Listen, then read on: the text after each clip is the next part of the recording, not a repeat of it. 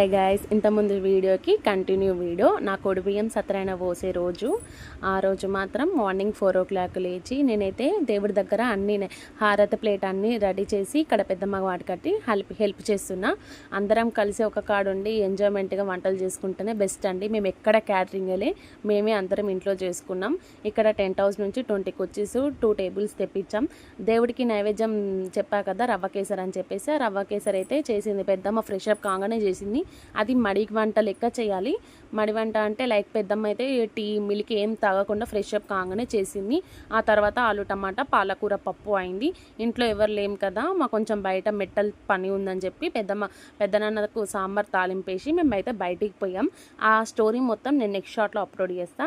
ఇక్కడ మాకు ఆ రోజు స్పెషల్ ఏంటంటే వంకాయ ఆలుగడ్డ టమాటా పాలకూర పప్పు పులిహోర సాంబార్ అప్పడాలు భక్షాలు వైట్ రైస్ పెరుగు మామిడికాయ పచ్చడి.